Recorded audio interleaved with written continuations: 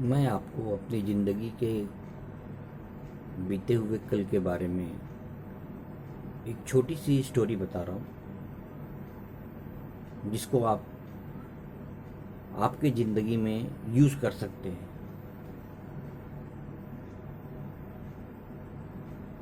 मैं एक छोटे से कारोबार को चला रहा था। कारोबार फुटपाथ पे होने की वजह से बीएमसी पुलिस का बहुत तकलीफ़ होता था, तो कारोबार काफ़ी टाइम से बंद था। बंद होने की वजह से हर एक आदमी, जब कारोबार बंद होता है तो आदमी परेशान होता है। परेशान होने की वजह से दिमाग काम नहीं करता है, क्या करूं क्या करूं।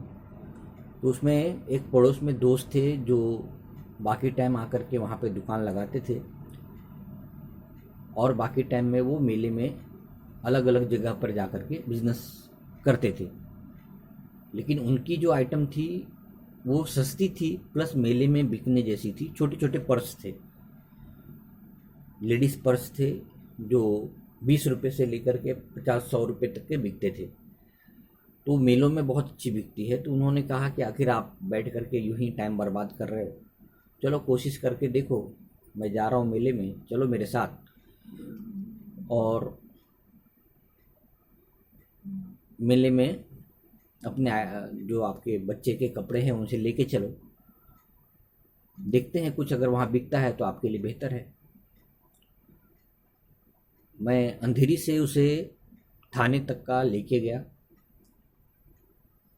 मेरे बच्चे के फैंसी कपड़े थे, इस वजह से मेले में मैंने ये स्टडी किया। उनके सहारे से, उनकी मदद से मैं वहाँ पे दुकान लगाया छोटा सा, क्योंकि सब जगह वहाँ पहले से ही बुक थे, तो जगह पे लगाना बहुत डिफ़िकल्ट हो रहा था। फिर भी उनके सहारे से छोटी सी जगह मिली, लगाया मैंने। मैंने ये नोटिस किया कि सारे लोग इतना बेहतरीन धंधा दुकानदारी और बिजनेस कर रहे हैं, और मेरा उसमें कोई बिजनेस नहीं हो रहा है।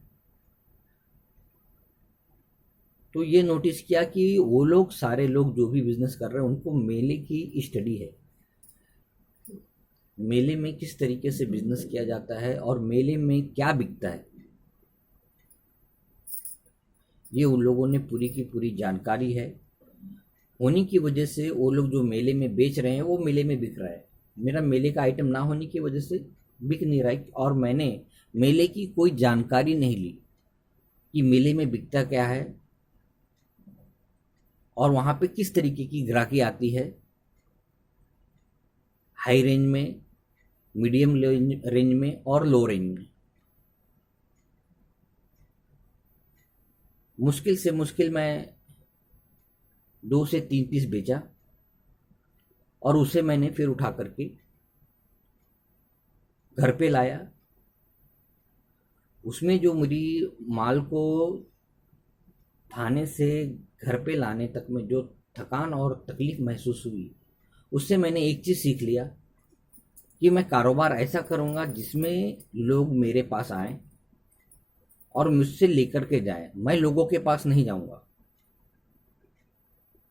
क्योंकि डोर टू डोर आप किसी चीज़ की एडवर्टाइजिंग करते हैं या फील्ड पे आप काम करते हैं, वर्क करते हैं, एक आपकी बॉडी की स्टैमिना है, इस लिमिट तक का आप दौड़ सकते हैं, चल सकते हैं, कर सकते हैं, उसके बाद में आप थक जाएंगे।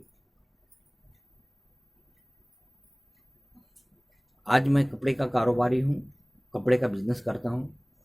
मैं लोगों को अपने पास बुलाता हूँ, मैं कहीं भागता नहीं हूँ।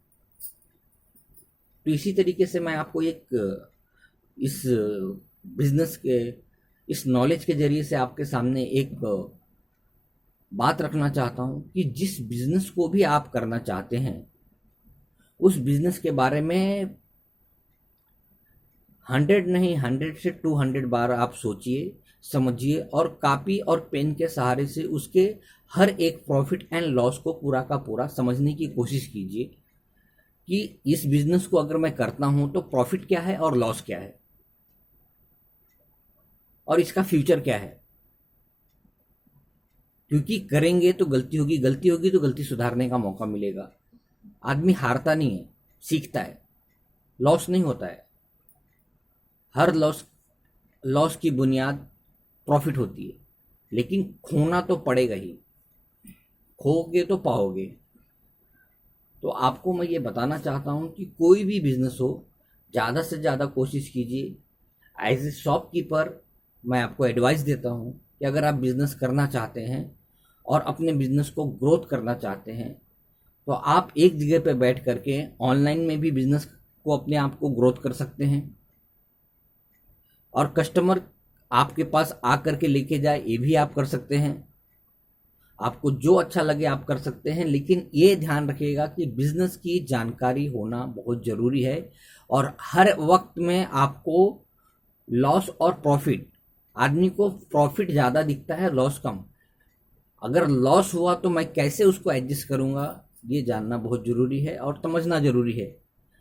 और आपको एक बात और बता दूं कि जैसे बिजनेस करना हो, कोई भी बिजनेस करना हो, जैसे कि आपको मैं एक छोटा सा मिसाल दे रहा हूं कि आपके पास में मान लीजिए ₹1,00,000 है, आपको बिजनेस शुरू करना है। ₹1,00,000 है तो इसमें से आपको 75,000 आपको अलग से रखना है और 25,000 रुपये में आपको बिजनेस की शुरुआत करना है। जैसे कि आपने एक शॉप लिया भाड़े पे, आप उसे चलाना चाहते हैं। अब शॉप में आप कोई भी चीज़ की अगर आप बिजनेस करना चाहते हैं तो उसके अंदर में आपको बिजनेस बिजनेस करने के लिए जो आप एसेसरीज, जो भी आप बिजनेस करना चाहते हैं उसके मटेरियल को आप लाएंगे। लाइट हो गया, वर्कर हो गया। तो जब आप लाएंगे तो आपका बिजनेस एकदम से तुरंत का तुरंत दौड़ने नहीं लगेगा। बिजनेस में माल लाएंगे तो थोड़ा थोड़ा लाइए। जिस पार्टी के पास से लाएंगे या तो वो जो माल की बहुत तारीफ करेगा, या तो बहुत अच्छा होगा या तो बहुत खराब होगा। तो अच्छा हुआ तो भी और खराब हुआ तो भी माल को थोड़ा सा ही लाइए, और लाने के बाद में दुकान में रख के देखिए कि मुझे रिस्पॉन्स क्या मिल रहा है। अगर आप ये करते हैं और 25,000 से, जैसे ₹1,00,000 है, 25,000 बिजनेस में आपने इन्वेस्टमेंट किया, 75,000 रुपये आपने साइड में रखा है, तो आपको दूसरे से मांगने की जरूरत नहीं पड़ेगी, क्योंकि बिजनेस इमीडिएट ग्रोथ नहीं करता है, टाइम लगता है। जैसे बॉर्न बेबी धीरे धीरे ग्रोथ करता है, उसी तरीके से आपको बिजनेस ग्रोथ करने में बहुत सी गलतियां होंगी, और गलतियों को सही करने के लिए आपने जो 75,000 रुपये साइड में रखा है वो आपको बैक सपोर्ट करेगा। इस तरीके से आप धीरे धीरे बिजनेस में माल मटेरियल जो भी आप बढ़ाते जाएंगे, धीरे धीरे आपको समझ में आएगा कि कौन सा चल रहा है और कौन सा नहीं चल रहा है। तो जो चीज़ नहीं चल रहा है उसके ऊपर ध्यान कम देना है, जो चल रहा है उस पर ज़्यादा ध्यान देना है, और नए नए प्रोडक्ट को ऐड करते जाना है। और उसमें पता चलेगा कि आपको कौन सा प्रोडक्ट चल रहा है और कौन सा प्रोडक्ट नहीं चल रहा है। अगर आप ये करने में कामयाब हो जाते हैं तो आने वाले कल में आपको बिजनेस में आगे बढ़ने से कोई रोक नहीं सकता है। और दूसरी चीज़, आप अपने पास में लोगों को ज़्यादा से ज़्यादा बुलाने का तरीका निकालिए, ताकि लोग अपने आप और अपने फ्रेंड सर्कल को अपने पास ला सके। दूसरी बात बोलना चाहूँगा कि अगर आप बिजनेस में एक बुक और पेन मेंटेन कीजिए, जितने भी कस्टमर कांटेक्ट को आप जमा कर सकते हैं जमा कीजिए, और हर महीने के 25 से 30 तारीख में जब बिजनेस स्लो होता है, कस्टमरों को फ़ोन करके उनका हाय हेलो, उनसे दोस्ती बनाए रखें, और ये बताते रहें कि मेरी शॉप में क्या क्या स्टॉक आए हुए हैं, ताकि वो आ करके ख़रीदारी कर सकें। इसके साथ साथ अपने फ्रेंड लोग को भी ला करके वो बिज़नेस में आपकी ज़्यादा सेलिंग में आपकी मदद कर सके।